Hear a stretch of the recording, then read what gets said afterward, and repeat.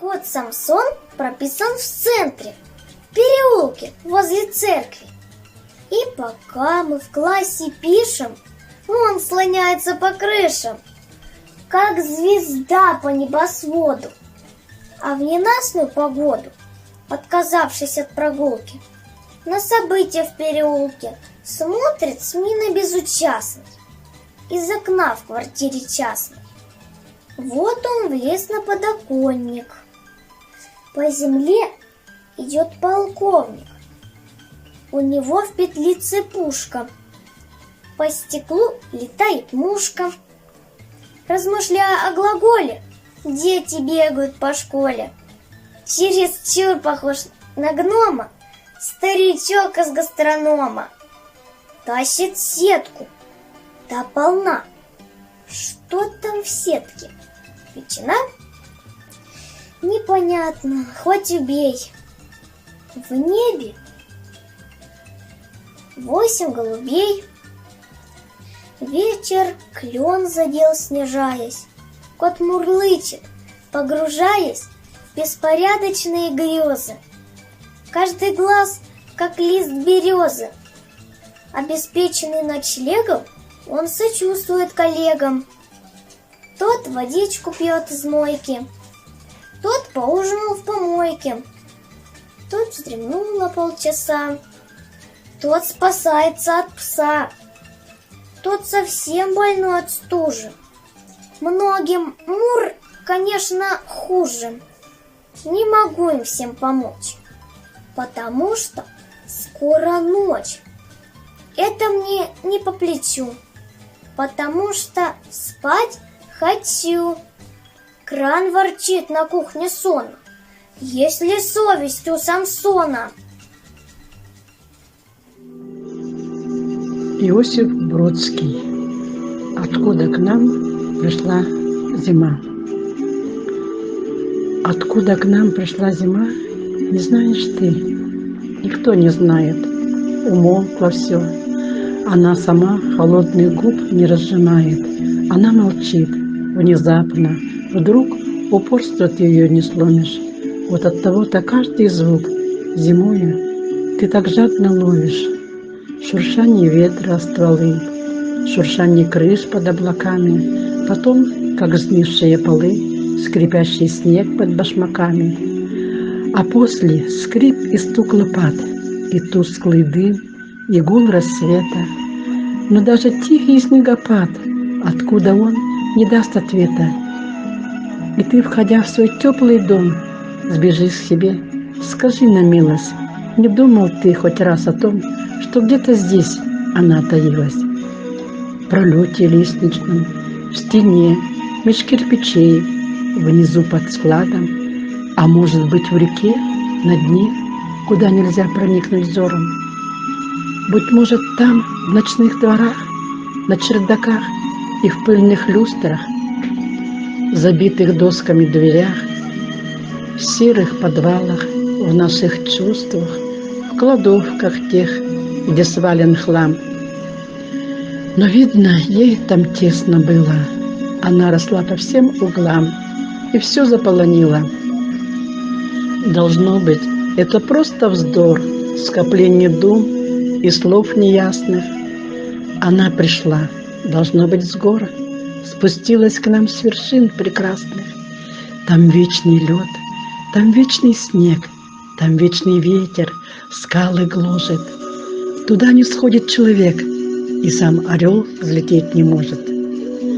Должно быть так, не все ли равно, когда поднять тебе ворот? Но разве это не одно, пролет и тень, и вечный холод? Между ними есть союз и связь, и сходство, пусть совсем немое, сойдясь вдвоем, соединяясь, им очень просто стать зимою. Дела, не знавшие родства, и облака в небесной синей, предметы все и вещества, и чувства разные по силе, стихии, жара и воды, увлекшись внутренней игрою, дают со временем плоды, совсем нежданные порою. Бывает лед. Здравствуйте, всех жителей Якутии!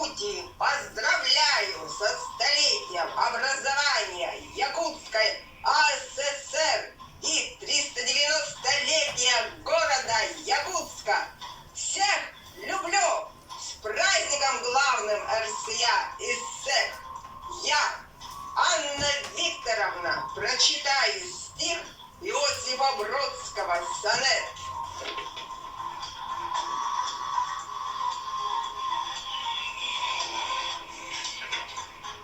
Переживи всех, переживи вновь, словно они снег, пляжущий снег снов. Переживи углы, переживи углом, перевяжи узлы между добром и злом.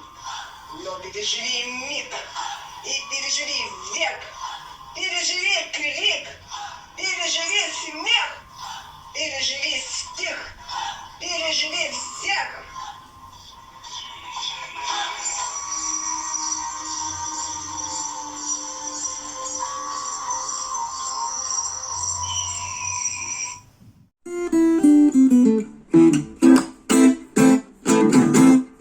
В ночном саду под сенью зреющего манго Максимилиан танцует то, что станет танго.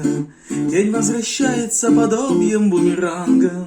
Температура, как под мышкой 36. Мелькает белая жилетная подкладка. Мулатка тает от жары, как шоколадка. В мужском объятии посапывая сладко. Где надо гладко, где надо шерсть. А в тишине под сенью действенного леса Хуарес девствует, как двигатель прогресса, забывшим начисто, как выглядят два песа. Пионам новые винтовки выдает, затворы клацают в расчерченной на калетке. Хуарес бедово делает заметки, и попугай весьма тропической расцветки сидит на ветке и вот так поет.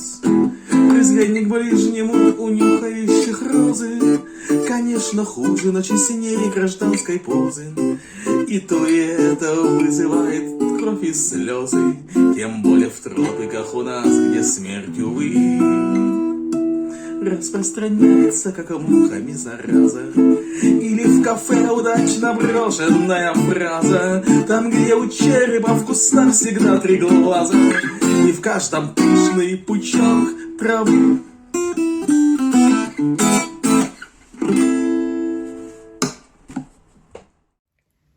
Галина Лучина, город Ленск, Республика Саха-Якутия, литературное объединение «Фламинго», Иосиф Бродский. Одиночество.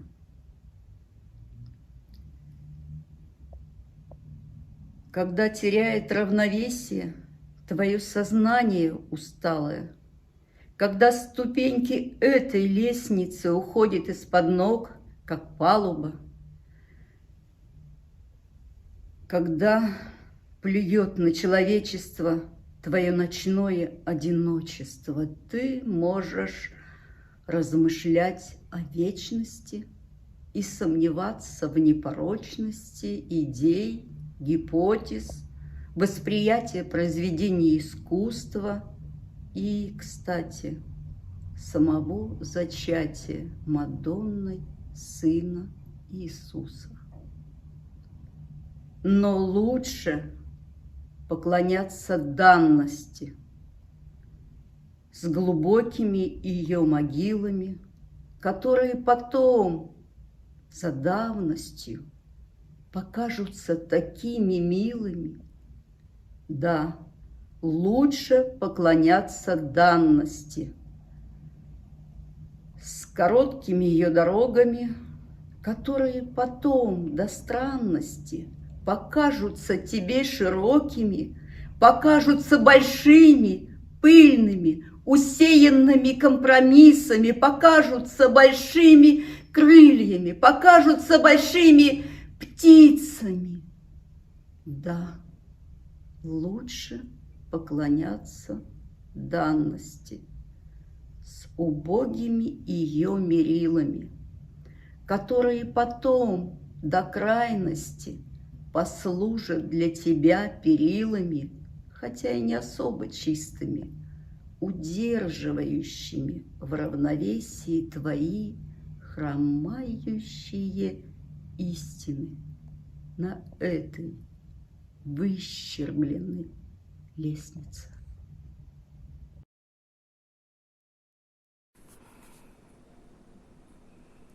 Иосиф Бродский. Воротишься на родину, ну что ж. Воротишься на родину, ну что ж. Гляди вокруг, кому еще ты нужен? Кому теперь в друзья ты попадешь? Воротишься, купи себе на ужин какого-нибудь сладкого вина. Смотри в окно и думай понемногу. Во всем твоя одна, твоя вина. И хорошо, спасибо, слава Богу.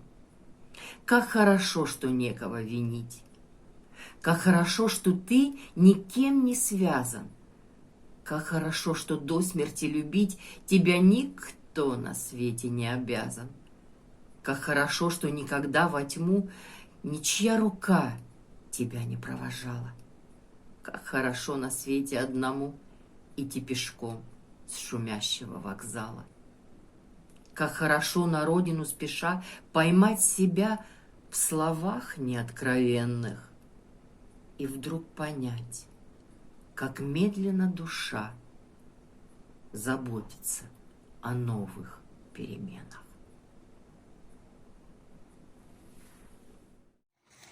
Иосиф Бродский. В деревне Бог живет. В деревне Бог живет не по углам, как думают насмешники, а всюду. Он освещает кровлю и посуду, и честно двери делит пополам. В деревне он в избытке, в чугуне он варит по субботам чечевицу, приплясывая сонно на огне, подмигивает мне, как очевидцу. Он изгороди ставит, выдает девицу за лесничего и в шутку устраивает вечный недолет объездчику, стреляющему в утку. Возможно же все это наблюдать, к осеннему прислушиваясь свисту, единственная в общем благодать, доступная в деревне атеисту. Иосиф Бродский. Прощай. Прощай. Позабудь и не обессудь, а письма сожги как мост. Да будет мужественным твой путь, да будет он прям и прост. Да будет во мгле для тебя гореть звездная мишура, да будет надежда ладони греть у твоего костра. Да будут метели, снега, дожди и бешеный рев огня, да будет удач у тебя впереди, больше, чем у меня, да будет могуч и прекрасен бой, гремящий в твоей груди. Я счастлив за тех, которым с тобой может быть по пути. Генерал, наши карты дерьмо. Я пас. Север вовсе не здесь, но в полярном круге. И экватор шире, чем ваш пас, потому что фронт, генерал, на юге. На таком расстоянии любой приказ превращается рацией в буги-вуги. Генерал, Яроваш перевоз бардак. Бездорожье не даст привести резервы и сменить белье. Простыня, наждак. Это, знаете, действует мне на нервы. Никогда до сих пор, полагаю, так не был загажен алтарь Минервы. Генерал, мы так долго сидим в грязи, что король червей загодя ликует. И пушка безмолвствует, упаси, впрочем, нас услыхать, как она кукует. И я считаю, что надо сказать мерси, то, что враг еще не атакует. Наши пушки упнули стволами вниз, ядра размякли. Одни гранисты трубы свои извлекают из чехлов, как заядывают, а нанисты дарят их сутными, так что те вдруг извлекают звук. Церебролят презрев. Устав, в галифе и кихлях разные массы. Рядовые в кустах, на сухих местах придаются с дуром постыдной страсти и краснее спуская совесть. Как наш сержант-холостяк. Генерал, я сражался всегда везде, как бы не были шансы малые шапки. Я не нуждался в другой звезде, кроме той, что у вас на шапке, но теперь я как в сказке о том гвозде, вбитом в стену, лишенным шляпки. Генерал, к сожалению, жизнь одна. Чтобы не искать доказательств вящих, нам придется испить до дна чашу свою в этих скромных чащах. Жизнь, вероятно, не так длинна, чтобы откладывать худшее в долгий ящик. Генерал, но душам нужны тела. Души же, известно, чужды злорадства, и сюда нас, думаю, завела не стратегия даже, но жажда братства. Лучше в чужие встревать дела, коли в своих нам не разобраться. Генерал, и теперь у меня мандраж. Не пойму от чего. От стыда или от страха, от нехватки дам или просто блажь. Не пойму, то ли врач не поймет, не знахарь. От того, наверное, что повар ваш не разбирает, где соль, а где сахар. Генерал, я боюсь. Мы зашли в тупик. Это месть пространства косой сажений. Наши пики ржавеют. Наличие пик — это еще не залог мишени, и не двинется наша тень дальше нас, даже в самый закатный час. Генерал, вы знаете? Я не трус. Выньте досье, наведите справки. Пули я безразличный плюс. Я не боюсь ни врага, ни ставки, пусть не прилепят мне бубновый туз. Не жду лопаток. Прошу отставки. Я не хочу умирать из-за 2 или 3 королей, которых в общем не видал в глаза. Дело не в шорах, не в пыльных шторах. Впрочем, и жить за них мне неохота вдвойне. Генерал, мне все надоело. Мне скучен крестовый поход. Мне скучен вид застывших в моем окне гор, перелесков, речных изучен плохо, ежели мир вовне изучен тем, кто внутри измучен. Генерал, я не думаю, что ряды ваши покинув, я их ослаблю. В этом не будет большой беды. Я не солист, но я чужд ансамблю. Вынув мундштук из своей дуды, жгу свой мундир и ломаю саблю. Птиц не видать, но они слышны. Снайпер, томясь от духовной жажды, то ли приказ, то ли письмо жены, сидя на ветке, читает дважды и берет от скуки художник наш пушку на карандаш. Генерал, только время оценит нас. Ваши канны, флеши, каре, когорты в академиях будут впадать в экстаз. Будут слушать.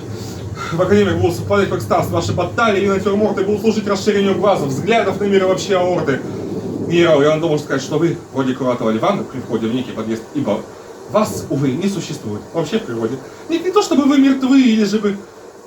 Вас просто нет в колоде. Генерал, пусть меня отдадут под суд. И я хочу ознакомить вас с делом. Сумма страданий дает абсурд. Пусть же абсурд обрастает телом. И домаячит его сосуд чем-то черным на черно-белом. Генерал, скажу вам еще одно. Генерал, я взял вас за ритм к слову умирал. Чтобы было со мною, но Бог до конца от зерна полова не отделил. И сейчас ее употреблять вранье. Генерал, вас нету. И речь моя обращена, как обычно ныне, в ту пустоту, чьи края некой обширной глухой пустыни, коих на картах мы видеть не могли. И нет в помине. Генерал, все-таки вы меня слышите. Значит, пустыня прячет некий оазис в себе. Меня, всадника, этим, а всадник, значит, я пришпориваю коня. Генерал, а конь-то никуда не скачет.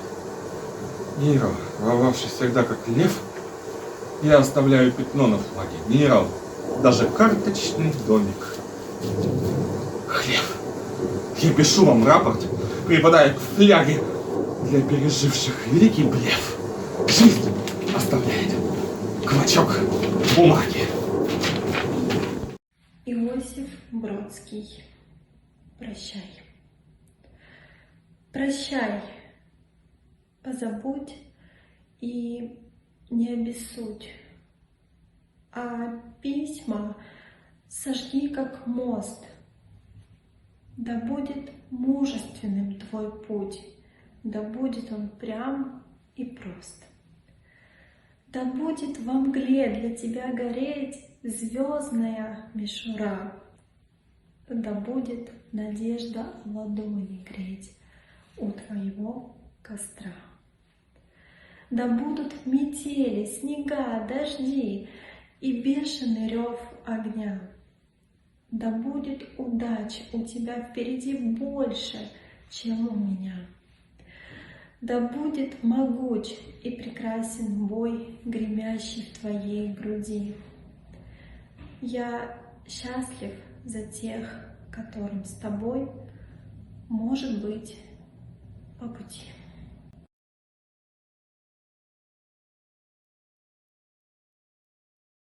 Иосиф Бродский, прощай. Прощай, позабудь и не обессудь, а письма сожги, как мост. Да будет мужественным твой путь, да будет он прям и прост. Да будет во мгле для тебя гореть звездная мишура, да будет надежда ладони греть у твоего костра. Да будут метели, снега, дожди и бешеный рев огня. Да будет удач у тебя впереди больше, чем у меня. Да будет могуч и прекрасен бой, гремящий в твоей груди. Я счастлив за тех, которым с тобой может быть по пути. Иосиф Бродский. Сонет. Переживи всех, переживи вновь, словно они снег, пляшущий снег снов. Переживи углы, переживи углом, перевяжи узлы между добром и злом. Но переживи миг и переживи век, переживи крик, переживи смех, переживи стих, переживи всех. Иосиф Бродский, лети отсюда, белый мотылек. Лети отсюда, белый мотылек. Я жизнь тебе оставил, это почесть и знак того, что путь твой недалек. Лети быстрей, о ветре позабочусь. Еще я сам вдохну тебе вослед. Несись быстрей над голыми садами. Вперед, родной, последний мой совет. Будь осторожен там, над проводами. Что ж, я тебе припоручил не весть, а некую настойчивую грезу. Должно быть, ты одно из тех существ, мелькавших над полях метемпсихоза. Смотришь, не попади под колесо, и птиц минуй движением манным. И нарисуй пред ней мое лицо в пустом кафе и в воздухе туманном. Ни тоски, ни любви, ни печали, ни тревоги, ни боли в груди, будто целая жизнь за плечами и всего полчаса впереди. Оглянись и увидишь, наверное, переулки такси тарахтят, за церковной оградой деревья над ребенком больным шелестят. Из какой-то неведомой дали засвистит молодой постовой, и бессмысленный грохот рояля поплывет над твоей головой. Не поймешь, но почувствуешь сразу. Хорошо бы пяти куполам и пустому теперь диапазу завещать свою жизнь пополам. Полночь в мое городское окно входит с ночными дарами. Позднее небо полным-полно скученных звезд мирами.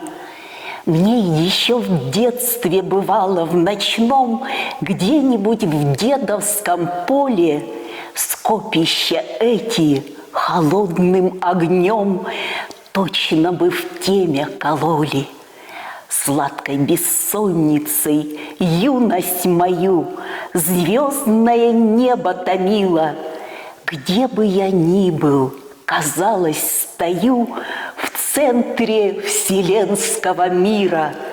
В зрелости так не тревожат меня космоса дальние светы, как муравьиная злая возня маленькой нашей планеты.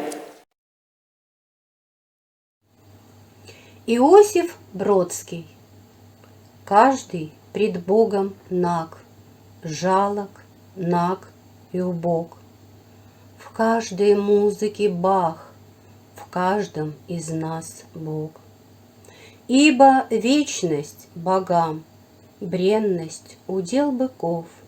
Бога восстанет нам сумерками богов, и надо небом рискнуть, и, может быть, не впопад. И еще не раз нас распнут и скажут потом распад. И мы завоем от ран, потом взалкаем даров. У каждого свой храм, и каждому свой гроб. Юродствуй, воруй, молись, будь одинок, как перст, словно быкам хлыст, вечен богам крест. Иосиф Бродский. Что хорошего в июле? Что хорошего в июле? Жуткая жара. Осы жалятся, как пули, воет мошкара. Дождь упрямо избегает тротуаров, крыш, а в норе изнемогает полевая мышь. Душно в поле для овечки, в чаще для лося. Весь июль купайся в речке вместо карася. Иосиф Бродский. Уезжай, уезжай, уезжай. Уезжай, уезжай, уезжай. Так немного себе остается. Теплой тяжкой светлей помешай эту горечь и голод и солнце. Что с ней станет, с любовью к тебе? Ничего, все допьешь, не устанешь, ничего не оставишь судьбе. слишком хочется пить в Казахстане. Так далеко, как хватит ума не понять, так хотя бы запомнить, уезжай за слова, за дома, за великие спины знакомых. Первый раз, в этот раз, в 100-й раз сожалея о будущем, реже понимая, что каждый из нас остается на свете все тем же человеком, который привык, поездами себя побеждая, по земле разноситься, как крик, навсегда в темноте пропадая. Так, запись пошла. 2 секунды, я выйду.